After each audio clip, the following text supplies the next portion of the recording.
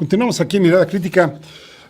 El gobierno de México ha sido muy criticado por algunos sectores, pues por la forma en que ha manejado esta pandemia. También, por supuesto, ha habido gente que lo defiende. Es decir, ha habido sectores tanto en contra como a favor. Vamos a ver primero los que han estado en contra.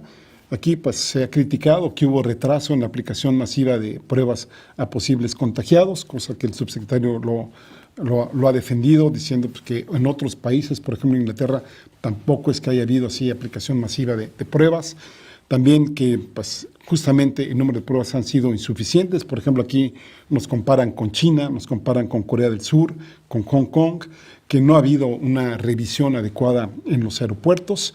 Inclusive, por ejemplo, la crítica de no haber cerrado fronteras, como ya lo hicieron algunos países, y también no haber puesto desde un inicio más medidas de distanciamiento social, ¿no? Por ejemplo, pues el no haber suspendido eventos masivos con fechas anteriores. Por ejemplo, pues acabamos de presenciar el Vive Latino, en donde en los 2 días que duró, pues asistieron más o menos 80,000 asistentes, es decir, prácticamente pues mucho menos de los que antes había. Se jugaron algunos partidos de fútbol con espectadores, sobre todo hasta el día viernes. Los del sábado ya fueron a puerta cerrada y ya la Liga de MX pues ya anunció que se suspendía hasta nuevo aviso. También se ha criticado mucho que el gobierno de López Obrador, y aquí tomando como referencia a las medidas adoptadas en otros países, no lo ha hecho, ¿no? Por ejemplo, Estados Unidos suspendió unilateralmente los vuelos de Europa a ese país. Aquí muy extraño, ¿no? Porque exceptuaron al Reino Unido, el cual pues tiene tasas similares de contagio a otros países europeos, y como si no pudiera haber gente que fuera de Europa a los países europeos a Inglaterra y de Inglaterra pasarse a Estados Unidos.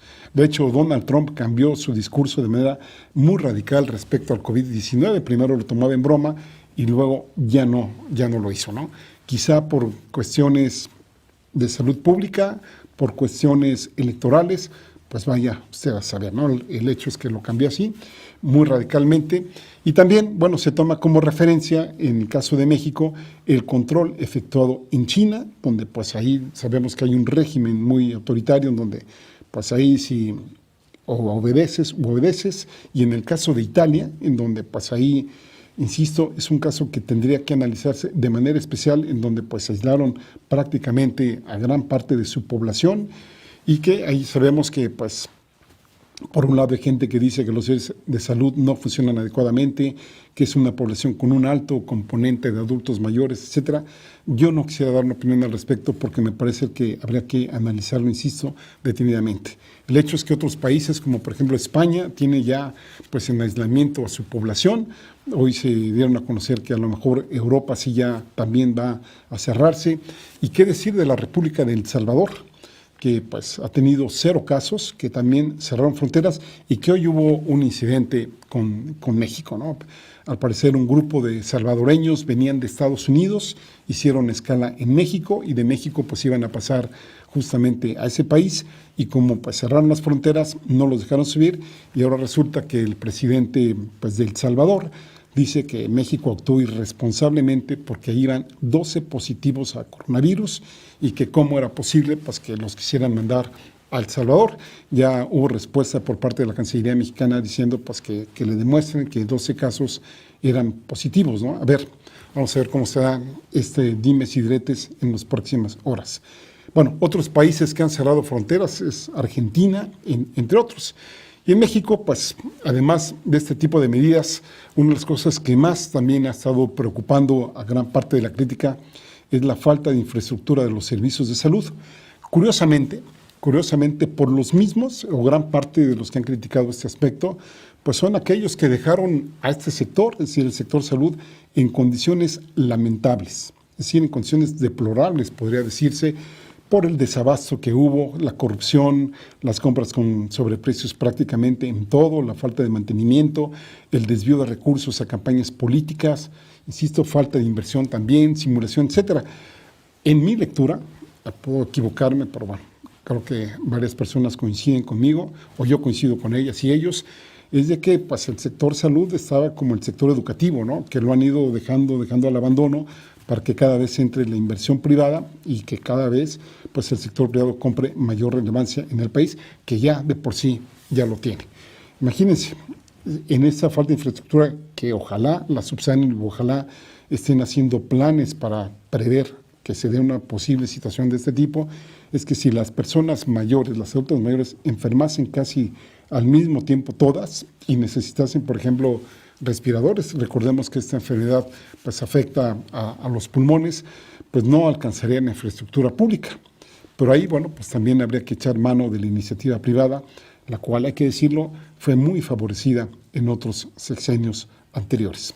Otra cosa muy criticada al presidente López Obrador es el acercamiento social que sigue teniendo en sus giras por el interior de la República. Pues no, cómo no mencionar la famosa foto donde está el presidente besando a una niña este fin de semana, ¿no? Donde pues si por un lado se le critica mucho, desde que si el subsecretario López-Gatell está diciendo que no hay que hacer acercamientos sociales, pues él sigue pues teniendo mucho contacto social. Esta gira fue en Guerrero, porque pues estaría dando un mensaje en contra de, insisto, de lo que están recomendando de la propia Secretaría de Salud y también por la investidura que él tiene como jefe de Estado, ¿no? Aquí la pregunta es, que se hacen algunos, si está subestimando la gravedad de la pandemia o qué está sucediendo ahí, ¿no?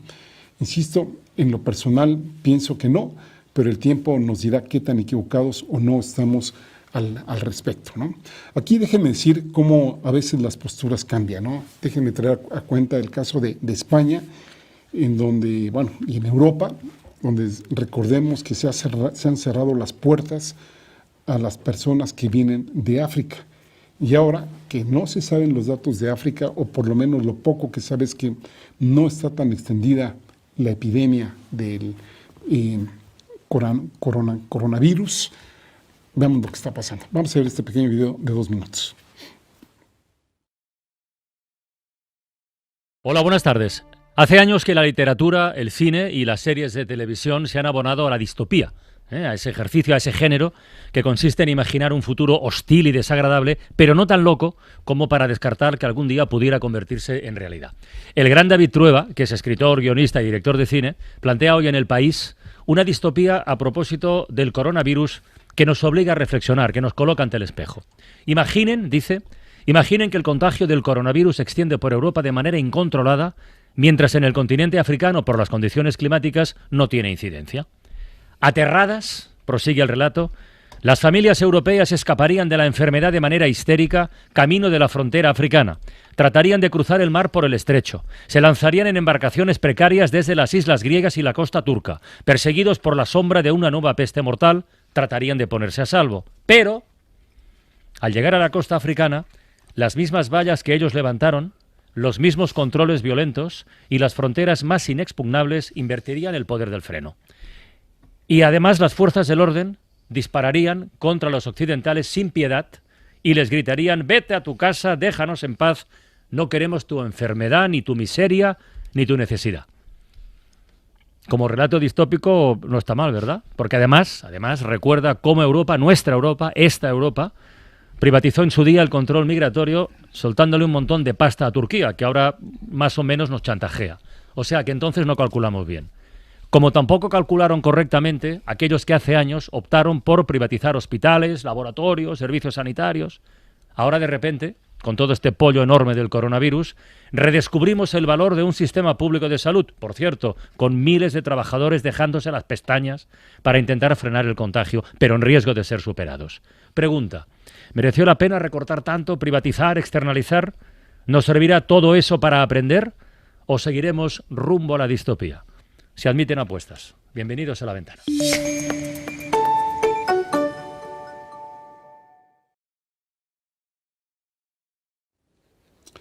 Interesante, ¿no? Ya que el mensaje sería solidaridad y las medidas que pueden frenar hoy una cosa, pues nos pueden rebotar en la siguiente, ¿no? Bueno, insisto, ¿no? Solidaridad, precaución, pero no pánico, y vamos pensándole bien, vamos analizando las cosas, no tomándolas a la ligera, ¿no? Bueno, ya mencionaba yo algunas de las críticas al gobierno de López Obrador.